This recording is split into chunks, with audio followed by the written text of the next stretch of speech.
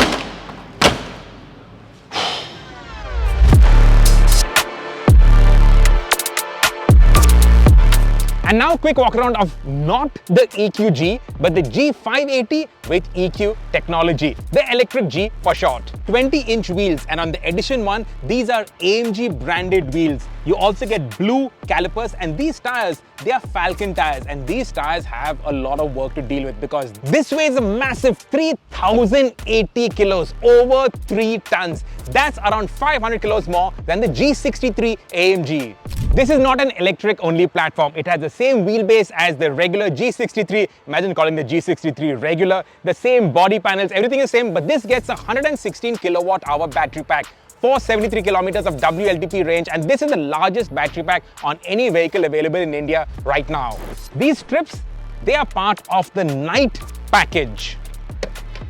Doesn't drink 100 octane, but it does have fast charging, so up to 200 kilowatt, and it gets 10 to 80% in 32 minutes. The electric G retains the same G-Wagon, door shut, and of course this is on a ladder frame chassis. 250 mm ground clearance and 850 mm water wading capacity. That's 150 mm more than the G63. 2 motors on the rear axle and 2 motors on the front axle. And it doesn't need a center diff or any diff for that matter. And it's got G-turn. To activate that, you go to the rock mode, activate the program. Then you select low range. To activate low range, you have to put it into neutral. You got low range, and then you have the 2 buttons out here. Now on the G63, these are the diff locks, but here you have the G-turn button. G-turn allows turns in small spaces, not to be done on tarmac, only on off-road conditions. If you think 3.6 crores for the G63 AMG is a bit too steep, well, I have good news for you. The G580 with EQ technology, the electric G, will be around 3 crore rupees. What do you think of the electric G? Let us know in the comments.